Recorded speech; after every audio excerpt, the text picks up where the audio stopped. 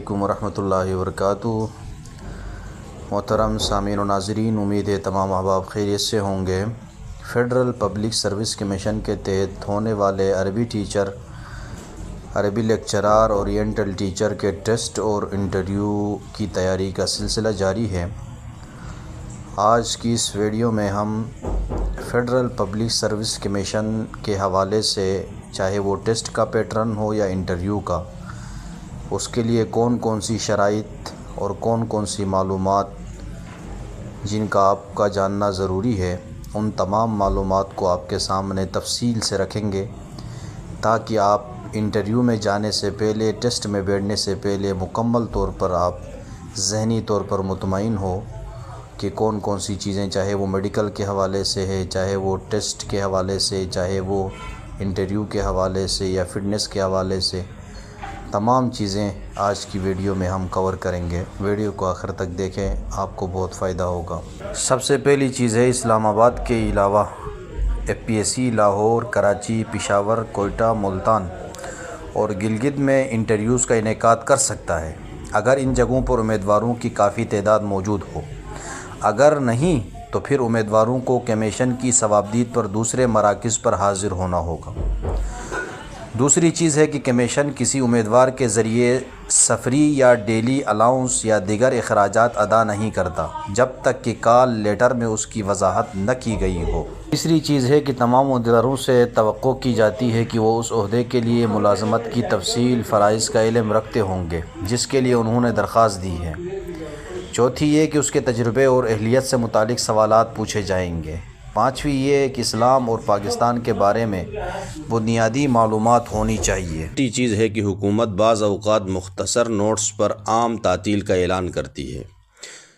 امتحان ہو، test, interview یا اس طرح کے اعلانات سے متاثر نہیں ہوتے جب تک امتحان، ٹیسٹ، انٹرویو کو ملتوی کرنے کا فیصلہ امیدواروں کو نہیں پہنچا دیا جاتا۔ ساتھ انٹرویو کے لیے کوئی لباس تجویز نہیں کیا گیا ہے، تاہم اس موقع کی رسمی حیثیت کے مطابق امیدواروں کو مناسب لباس پہننا چاہیے۔ موسم کے مطابق بٹن مکمل ہونا چاہیے۔ جو داڑھی نہیں رکھتے انہیں تازہ موڑنا چاہیے۔ اس موقع پر غیر رسمی لباس جیسے ٹی شرٹ، جینز وغیرہ مناسب نہیں۔ نمبر 8، BS 16 اور 17 کی پوسٹوں کے لیے انٹرویو کے بعد حتمی میرٹ لسٹ صرف غیر ٹیسٹ کیسز میں انٹرویوز کی بنیاد پر اور ٹیسٹ کیسز میں اسکریننگ یعنی MCQs ٹیسٹ اور انٹرویوز کے مجموعی نمبروں کی بنیاد پر تیار کی جائے گی، جبکہ BS 18 کے لیے اور اس سے اوپر کی پوسٹوں پر حتمی میرٹ لسٹ تحریری ٹیسٹ اور انٹرویو میں حاصل کردہ نمبروں کی مجموعی پر مبنی ہوگی۔ حتمی میرٹ لسٹ بنانے کے لیے درج ذیل معیارات پر عمل کیا جائے گا۔ نمبر 9، جب انٹرویو اور اسکریننگ ٹیسٹ یعنی تحریری تفصیلی ٹیسٹ کے نمبر بھی برابر ہوں تو جو شخص عمر میں بڑا ہے اسے میرٹ میں سینئر سمجھا جائے گا۔ اور نمبر 10، جب انٹرویو اور MCQs ٹیسٹ کے تحریری ٹیسٹ میں نمبر برابر ہوں اور تاریخ پیدائش بھی یکساں ہو تو پھر وہ شخص جس کے پاس اعلیٰ تعلیمی قابلیت ہے، جیسے MPhil یا PhD مقررہ فیلڈ میں، جہاں کم از کم مطلوبہ اہلیت ماسٹر ڈگری ہے، اسے سینئر این میرٹ سمجھا جا سکتا ہے۔ والی تین چیزوں میں اگر مساوی ہے، سارے لوگ ایک جیسے ہیں انٹرویو میں شریک ہونے والے، تو پھر دیکھا جائے گا کہ جس میں کم از کم مقررہ اہلیت میں اعلیٰ گریڈ یا ڈویژن یا نمبروں کا زیادہ فیصد حاصل کیا، اسے میرٹ میں سینئر سمجھا جائے گا۔ اور اگر پھر یہ ان میں بھی برابر ہیں چاروں چیزوں میں، تو پھر اس صورت میں جس نے دوسرے امیدوار کے مقابلے میں کم از کم مقررہ اہلیت پہلے حاصل کی، اسے میرٹ میں سینئر سمجھا جائے گا۔ اور اسی طرح جب اسکریننگ ٹیسٹ، تحریری تفصیلی ٹیسٹ اور ایک سے زیادہ امیدواروں کے انٹرویو کے مجموعی نمبر برابر ہوں تو انٹرویو میں زیادہ نمبر حاصل کرنے والے کو میرٹ میں سینئر سمجھا جائے گا۔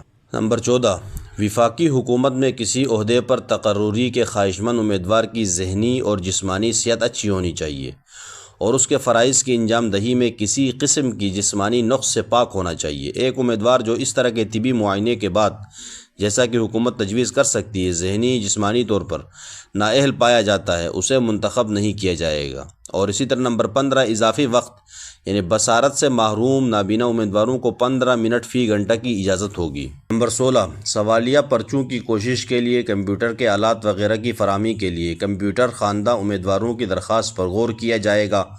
ایسے امیدواروں کا امتحان صرف اسلام آباد میں ہوگا، کوئی ٹی اے ڈی اے وغیرہ قابل قبول نہیں ہوگا۔ اسی طرح معذور امیدواروں مثلاً بصارت سے محروم نابینا، جسمانی طور پر معذور، سماعت گونگے سے محروم، ایسے بہرے اور گونگے لوگوں کو مددگار فراہم کیا جائے گا، جیسا کہ مصنف اگر ان کی درخواست فارم میں درخواست کی گئی ہو۔ نمبر 18، معذور امیدواروں کو وفاقی یا صوبائی حکومت کی طرف سے اس مقصد کے لیے نامزد مجاز اتھارٹی کی طرف سے جاری کردہ معذوری کا سرٹیفکیٹ جمع کرانا چاہیے۔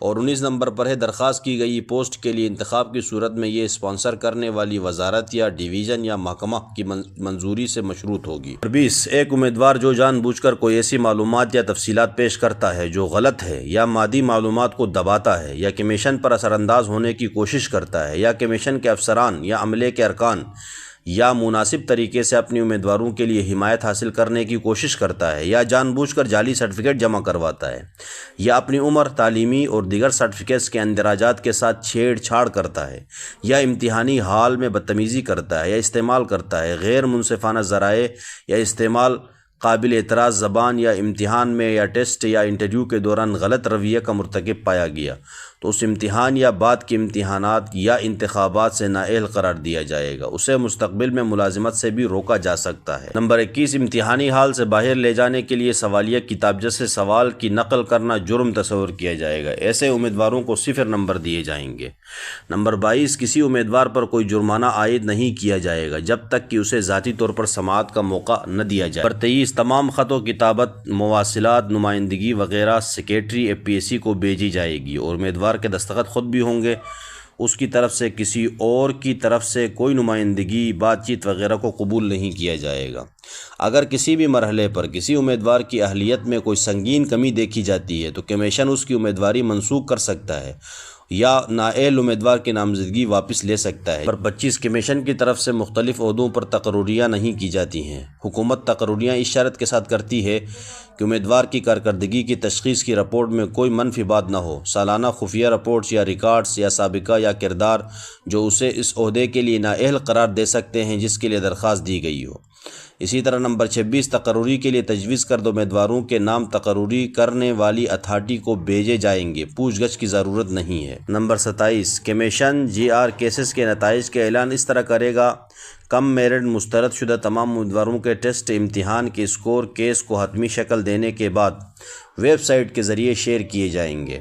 اور آگے نمبر 28، شارٹ لسٹ شدہ اور انٹرویو کے اہل امیدواروں کے تحریری اور انٹرویو کا مجموعی نتیجہ ہوگا۔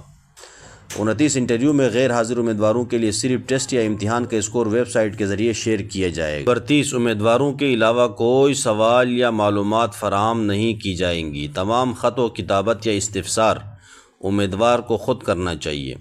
اب آخر میں بنیادی تنخواہ کے پیمانے درج ذیل ہیں۔ ابھی یہ جو ہے 1/7/2022 سے یہ جو خاکہ آپ کے سامنے پیش کیا جا رہا ہے یہ اس وقت کا ہے۔